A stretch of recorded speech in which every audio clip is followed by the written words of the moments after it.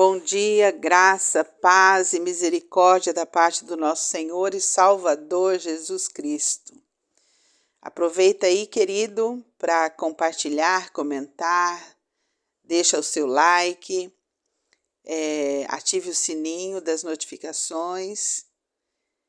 E nesse projeto, Leia a Bíblia Comigo, nós estamos no livro de Jeremias, no capítulo 23. O capítulo 23, ele se divide em 3 partes.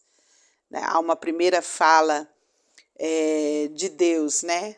Sobre dispersar, sobre afugentar, revelando as ações dos profetas que proclamavam esperança, paz, tranquilidade para a nação. Mas, na verdade, eles estavam torcendo a palavra de Deus, né? Depois, no segundo momento, ele fala sobre um renovo que se levantaria, né? Dos versos 5 ao verso 8, haveria um renovo. E a partir do verso 9, tá? Até o verso 40 confronto total aos falsos profetas, né? As mentiras que eram proclamadas. Então vamos ao texto. Ai dos pastores que destroem e dispersam as ovelhas do meu pasto, diz o Senhor. Portanto, assim diz o Senhor, o Deus de Israel, contra os pastores que apacentam o meu povo. Vós dispersastes as minhas ovelhas e as afugentastes, e delas não cuidastes, mas eu cuidarei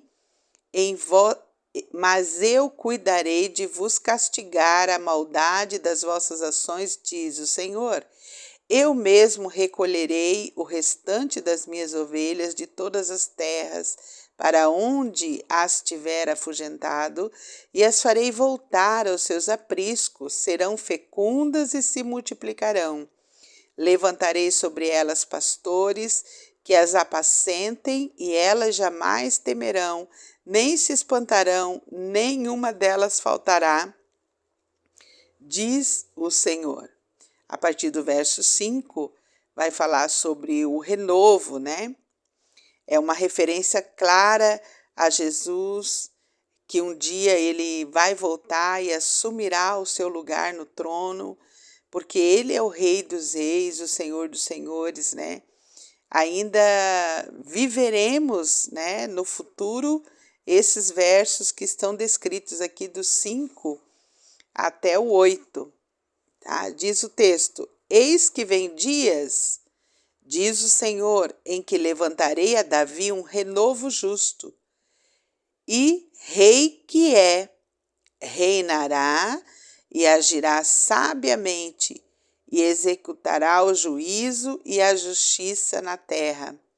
Nos seus dias, Judá será salvo e Israel habitará seguro. Será este o seu nome com que será chamado: Senhor, justiça nossa. Portanto, eis que vem dias, diz o Senhor, em que nunca mais dirão, tão certo como vive o Senhor, que fez subir os filhos de Israel da terra do Egito. Mas tão certo como vive o Senhor, que fez subir, que trouxe a descendência da casa de Israel da terra do norte e de todas as terras para onde os tinha arrojado, e habitarão na sua terra, né? Então vai acontecer, esses versos são apocalípticos, né? Eles acontecerão, né? Jesus Cristo é a nossa justiça, né? Ele é o copossuidor do glorioso nome, né? E Jesus, ele declarava isso lá em João, capítulo 5, verso 18, né? A sua igualdade com o Pai, né? Então, um dia ele vai reinar na presença lá no Monte Sião. Isso vai acontecer. É uma referência ao futuro reino, né? Ao futuro reino que um dia vai acontecer. Não aconteceu quando ele esteve aqui, mas vai acontecer, porque Jesus, ele é a fonte da nossa retidão, né? E Deus aqui, ele prometeu essa restauração para o seu povo, né? E hoje nós somos o povo do Senhor, né? Um dia, então, ele vai recolher todos os judeus ao redor da terra, todos os israelitas, e um dia Jesus vai reinar. A partir do verso 9, né, a gente vê aqui, principalmente no verso 10, que a seca era o castigo evidente dos falsos mestres, que além de falar mentiras, eles diziam que Deus os havia mandado. Os profetas, eles eram imorais e contaminaram todo o povo. E Jeremias fazia o contraponto, né? Ele pregava contra a falsa esperança, contra o falso futuro, de dias felizes e prósperos que os falsos profetas pregavam. E aí, então, a gente vai ter aqui, né, um relato desses acontecimentos, desse confronto com os falsos profetas. A partir do verso 9, acerca dos profetas, o meu coração está quebrantado dentro de mim, todos os meus ossos estremecem, sou como homem embriagado e como homem vencido pelo vinho, por causa do Senhor, diz Jeremias, e por causa das suas santas palavras. Porque a terra está cheia de adúlteros e chora por causa da maldição divina, os pastos do deserto se secam, pois a carreira dos adúlteros é má e a sua força não é reta. Jeremias se refere aos falsos profetas, né? Pois estão contaminados tanto o profeta como o sacerdote. Até na minha casa achei a sua maldade, diz o Senhor. Portanto, o caminho deles será como lugares escorregadios na escuridão. Serão empurrados e cairão nele, porque trarei sobre eles calamidade, o ano mesmo em que os castigarei, diz o Senhor. Nos profetas de Samaria, bem vi eu loucura. Profetizavam da parte de Baal e faziam errar o meu povo de Israel. Mas nos profetas de Jerusalém, vejo coisa horrenda. Cometem adultérios, andam com falsidade e fortalecem as mãos dos malfeitores, para que não se convertam cada um da sua maldade. Todos eles se tornam para mim como Sodoma, os moradores de Jerusalém como Gomorra. Portanto, verso 15, assim diz o Senhor dos Exércitos, acerca dos profetas, eis que eu os alimentarei com absinto e lhes darei a beber água venenosa, porque dos profetas de Jerusalém se derramou a impiedade sobre toda a terra. Assim diz o Senhor dos Exércitos, não deis ouvidos às palavras dos profetas que entre vós profetizam e vos enchem de vãs esperanças. Falam as visões do seu coração, não o que vem da boca do Senhor. Dizem continuamente aos que me desprezam. O Senhor disse, paz tereis, e a qualquer que anda segundo a dureza do seu coração, dizem, não virá mal sobre vós. Porque quem esteve no conselho do Senhor e viu e ouviu a sua palavra, quem esteve atento à sua palavra e a ela atendeu? Eis a tempestade do Senhor, o furor saiu e um redemoinho tempestuou sobre a cabeça dos perversos. Verso 20, não se desviará a ira do Senhor até que ele execute e cumpra os desígnios do seu coração. Nos últimos dias entendereis isso claramente. Não mandei esses profetas. Todavia, eles foram correndo, não lhes falei a eles, contudo, profetizaram. Mas se tivessem estado no meu conselho, então teriam feito ouvir as minhas palavras ao meu povo, e o teriam feito voltar do seu mau caminho e da maldade das suas ações. Acaso sou Deus apenas de perto, diz o Senhor, e não também de longe? Ocultar-se-ia alguém em esconderijos, de modo que eu não o veja? Diz o Senhor, porventura, não encho eu os céus e a terra? Diz o Senhor. Tenho ouvido o que dizem aqueles profetas, proclamando mentiras em meu nome, dizendo: sonhei, sonhei.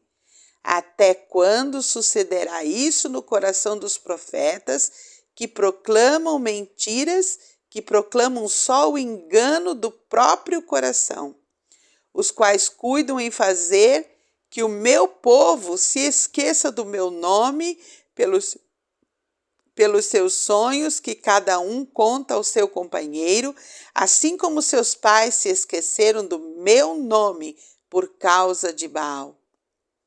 O profeta que tem sonho, conte-o como apenas sonho, mas aquele em quem está a minha palavra, fale a minha palavra com verdade. Que tem a palha com o trigo, diz o Senhor. Não é a minha palavra fogo, diz o Senhor, e martelo que esmiuça a penha? Portanto, eis que eu sou contra esses profetas, diz o Senhor, que furtam as minhas palavras, cada um ao seu companheiro. Eis que eu sou contra esses profetas, diz o Senhor, que pregam a sua própria palavra e afirmam: ele disse. Eis que eu sou contra os profetas que profetizam sonhos mentirosos, diz o Senhor, e os contam com as suas mentiras e leviandades, fazem errar o meu povo, pois eu não os enviei, nem lhes dei ordem, e também proveito nenhum trouxeram a este povo, diz o Senhor. Verso 33, quando, pois, este povo te perguntar, ou qualquer profeta ou sacerdote, dizendo: qual é a sentença pesada do Senhor? Então lhe dirás: vós sois o peso. Eu vos arrojarei, diz o Senhor. Quanto ao profeta e ao sacerdote, que ao povo que disser: sentença pesada do Senhor, a esse homem eu castigarei e a sua casa. Antes direi cada um ao seu companheiro e cada um ao seu irmão. Que respondeu o Senhor? Que falou o Senhor? Mas nunca mais fareis menção da sentença pesada do Senhor, porque a cada um lhe servirá de sentença pesada a sua própria palavra, pois torceis as palavras do Deus vivo, do Senhor dos exércitos, o nosso Deus. Assim dirás ao profeta que te respondeu o Senhor, que falou o Senhor, mas porque dizeis sentença pesada do Senhor, assim o diz o Senhor, porque dizeis esta palavra, sentença pesada do Senhor, havendo-vos eu proibido de dizer essas palavras, sentença pesada do Senhor. Por isso, levantar-vos-ei e vos arrojarei da minha presença, a vós outros e à cidade que vos dei e a vossos pais. Porei sobre vós perpétuo opróbrio e eterna vergonha, que jamais será esquecida. Que coisa lamentável, que triste a situação da nação de Judá.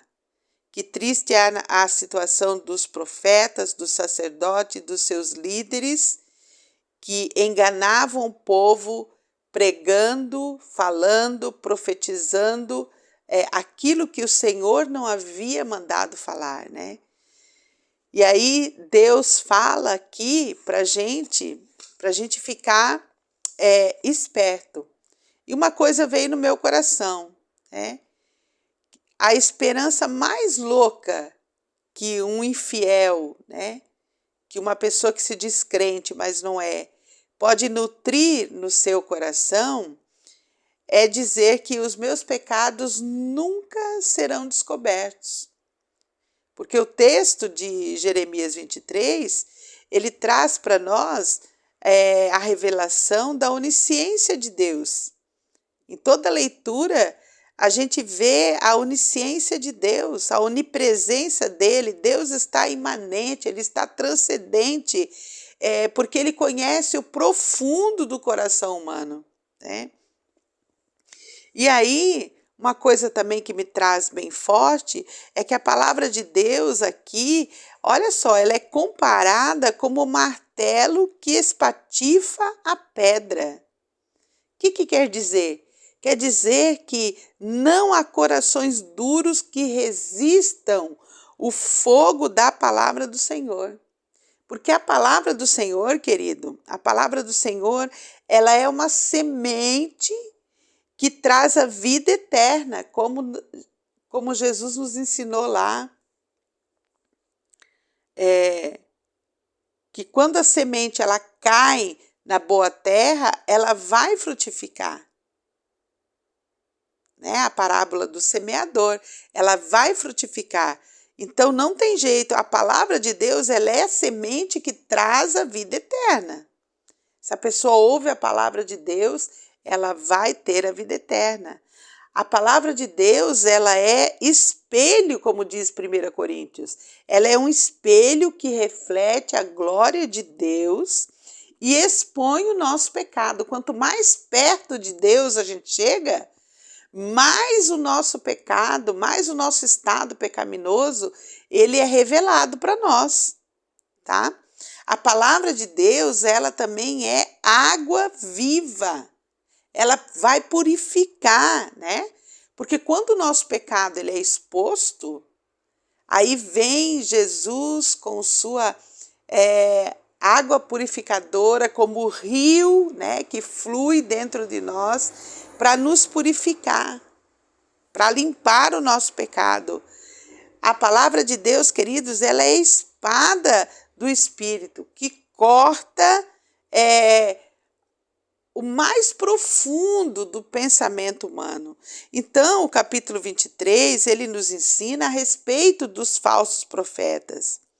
Na verdade, queridos, eles foram a causa da destruição da nação inteira.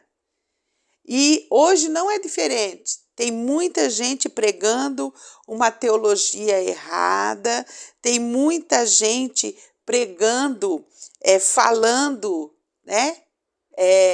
Vivendo do evangelho, visando apenas o seu bem-estar, visando os seus interesses pessoais e não confrontam o pecado, deixam o povo à deriva. Há muitos pastores, inclusive esse texto de Jeremias capítulo 23, ele é por conta dele que a gente tem aí denominação. Tem toda uma denominação que surgiu por conta desse texto de Jeremias 23, quando Deus fala aqui contra os pastores, né?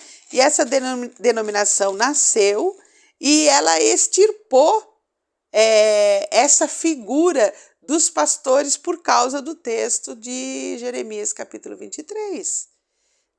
E eles acreditam que Deus condenou a figura dos pastores. Não, Deus não está condenando a figura dos pastores.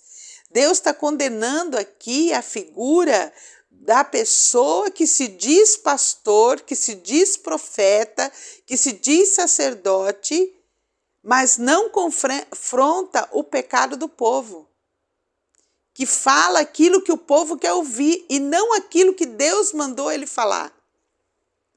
É sobre isso que trata o texto. É sobre isso que trata o texto. E eu quero fechar a palavra de hoje lendo Hebreus 4, versos 12 e 13, para reforçar que quando a palavra é a do Senhor, ela vai trazer um efeito benéfico na nossa vida. Diz a palavra aqui de Hebreus, olha, porque a palavra de Deus, ela é viva e eficaz, mais cortante que qualquer espada de 2 gumes, penetra até o ponto de dividir a alma e espírito, juntas e medulas, e é capaz de perceber os pensamentos e intenções do coração, e não há criatura alguma encoberta diante dele. Antes, todas as coisas estão descobertas e expostas aos olhos daquele a quem devemos prestar contas. Um dia nós estaremos diante do trono da graça do Senhor e teremos que prestar conta por tudo aquilo que nos foi ensinado e por tudo aquilo que nós deixamos de praticar, deixamos de aplicar, deixamos de ensinar corretamente. Então, queridos, que Deus tenha misericórdia das nossas vidas, que possamos verdadeiramente avaliar aquilo que temos ensinado, avaliar aquilo que temos aprendido, avaliar o quanto temos aplicado a palavra do Senhor. Querido Deus, amado Pai, nós louvamos o Senhor nessa manhã. Quero te agradecer, Deus, por esta palavra reveladora, por essa palavra que nos confronta, Pai, que precisamos, ó Deus, tomar cuidado, Senhor Deus, com aquilo que a tua palavra diz. E, ó Deus querido, não podemos dizer aquilo que ela não diz, não podemos ensinar o que ela não ensina. Então, Paizinho querido, vem sobre nós com tua misericórdia, nos dando a sabedoria e o discernimento necessário para que possamos, Deus, agradar o teu coração. Pai, também quero orar por esta pessoa que nos ouve, que, ó Deus querido, está conosco nesse projeto de ler a Bíblia todos os dias, a tua palavra, Pai, que é eficaz e viva. Senhor Deus, que a palavra possa trazer alívio, possa trazer refrigério, possa trazer conforto para essa pessoa, possa trazer direção, Pai. Abençoa, Pai querido, aqueles que estão enfermos, Deus de amor. Nós pedimos que o Senhor esteja curando toda a enfermidade, que o Senhor esteja, Paizinho querido, tirando, ó Deus, todos os medos, todas as angústias, tirando todas as tristezas, que o Senhor possa vir com tua boa mão, Pai, sobre essa pessoa que me ouve agora e está, ó Deus querido, com seu coração entristecido, com seu coração aborrecido, que às vezes e por vezes possa estar, ó Deus, em modo contrariedade.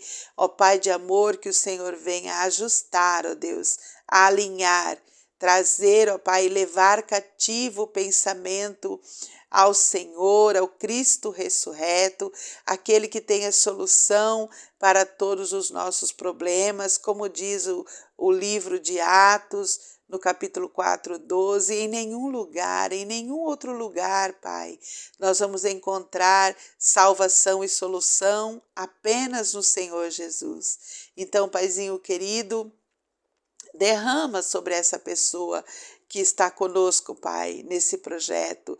Derrama teu poder, tua graça, tua paz, paz verdadeira, paz que excede todo entendimento, certeza de que o Senhor está com ela, Pai, que ela sinta agora o teu abraço, que ela sinta agora o teu cuidado, Pai, a tua proteção. Nós oramos assim em nome de Jesus. Querido que me ouve, tenha um dia abençoado em nome de Jesus e até amanhã, se Deus nos permitir.